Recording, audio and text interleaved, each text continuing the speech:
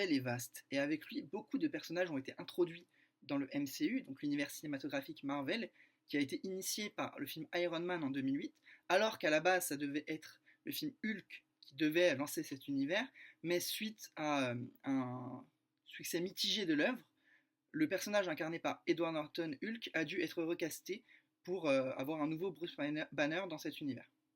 Donc ici, la question est de savoir comment l'univers Marvel peut évoluer suite à sa phase 3, donc la phase 4, et la phase 5 du coup, car on ne sait pas vraiment comment ça va se goupiller. On sait juste qu'on aura donc des séries sur le personnage de Moon Knight, une série sur le personnage de Loki, une série sur le personnage de She-Hulk, une série sur le personnage de Miss Marvel, et il est probable qu'on introduise plus tard les X-Men, qui auront certainement un impact significatif sur le MCU, permettant justement d'introduire les mutants et de faire évoluer cet univers avec de nouveaux héros et de nouvelles responsabilités, et peut-être même un conflit entre les Avengers et les X-Men, sachant que le personnage de Spider-Man a complètement permis d'introduire cet aspect jeunesse dans les héros.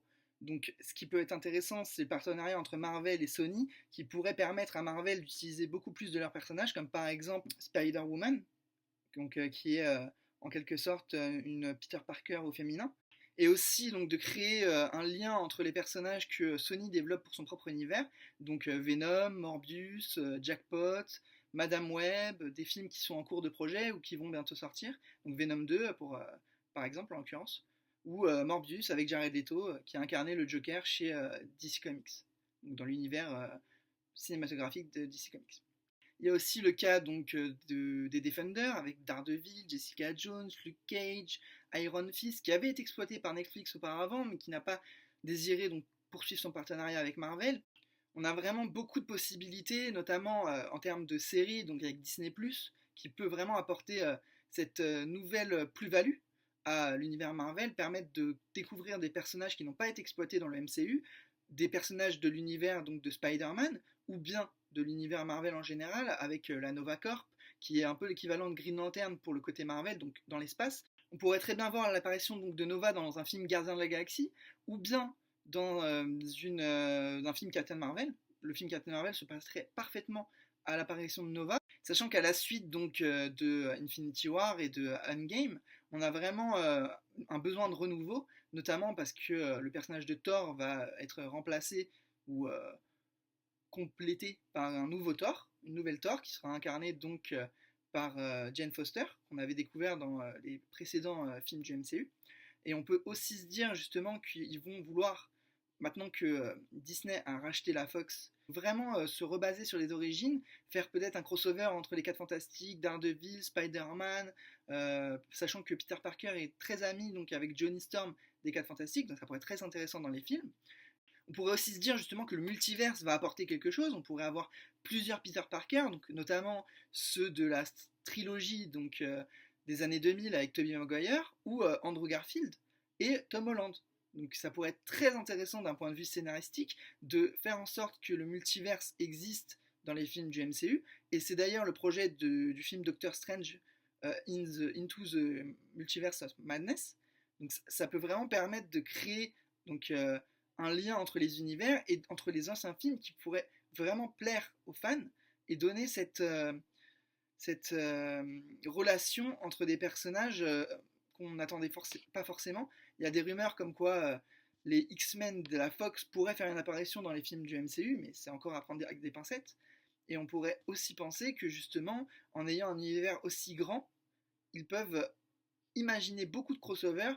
On attend de même donc la naissance et l'apparition des Sinister Six dans l'univers de Spider-Man.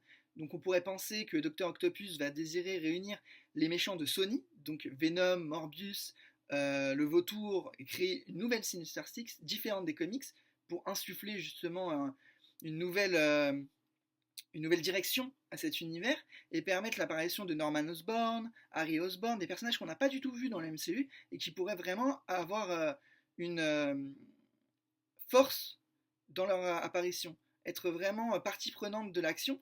Et il y a aussi la question de savoir est-ce que Spider-Man va être enfin un Avenger? Va-t-il donc être le nouveau Iron Man comme beaucoup le disent?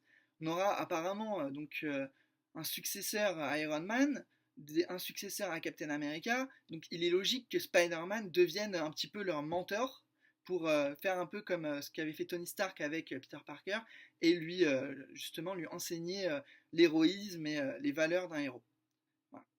Donc on a aussi cette question primordiale sur Spider-Man et donc le partenariat entre Marvel et Sony qui pourrait vraiment permettre à l'univers du MCU de nouvelles initiatives.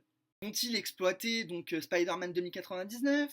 Vont-ils exploiter Spider-Gwen? Vont-ils exploiter, comme dans le dessin animé, Miles Morales? Qui pourrait donc justement être un deuxième Peter Parker, mais donc le Spider-Man des dessins animés, quoi. Vont-ils permettre justement la rencontre entre ces deux personnages, entre Peter Parker et Miles Morales, pour justement montrer le passage de flambeau en nous donnant donc justement un Peter Parker PDG ou prof à l'université, comme dans les comics. Après, ça dépend de la version, mais il y a plusieurs versions. Et ce qui serait intéressant, c'est de voir donc justement Peter Parker adulte. Beaucoup de rumeurs expliquent que justement Daredevil pourrait revenir par le biais d'un film donc du MCU, ou alors que Hulu, donc la plateforme de Disney qui a un contenu un peu plus mature par rapport à Disney+, permettrait à Daredevil de bénéficier d'une saison 4, comme les fans militent donc depuis plusieurs années, et que Marvel apparemment déciderait donc de poursuivre la série qui a été commencée par Netflix sur Hulu. La question des acteurs sera primordiale. Est-ce qu'ils vont garder les anciens acteurs? Est-ce qu'ils vont choisir des acteurs que les fans n'attendent pas forcément? Donc par exemple un personnage comme Nova qui serait incarné par Keanu Reeves. Qui seront les nouveaux X-Men? Qui incarnera Magneto au cinéma? Comment le lien entre les X-Men et les Avengers sera établi dans les films? Vont-ils arriver par le multiverse? Et donc on voudrait vraiment voir comment ils vont instaurer un nouvel élan à cet univers et quels personnages vont apparaître. Ils pourraient introduire Deadpool en tant que caméo par la suite pour créer justement cette surprise pour les spectateurs et donner un impact, une manière de construire leur univers toujours aussi structuré et qui pourrait justement permettre l'émergence de nouveaux héros. Quels personnages auront la chance de profiter donc d'une série sur Disney+, et lesquels auront leur propre film? C'est là toute la question.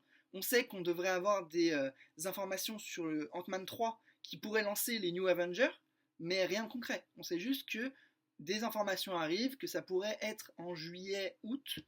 Ça dépend parce que devait y avoir la Comic Con, mais vu que ça va se passer en ligne maintenant et que la D23 n'a pas été officiellement confirmée pour être en ligne elle aussi, il y a beaucoup de questions et l'avenir nous donnera les réponses.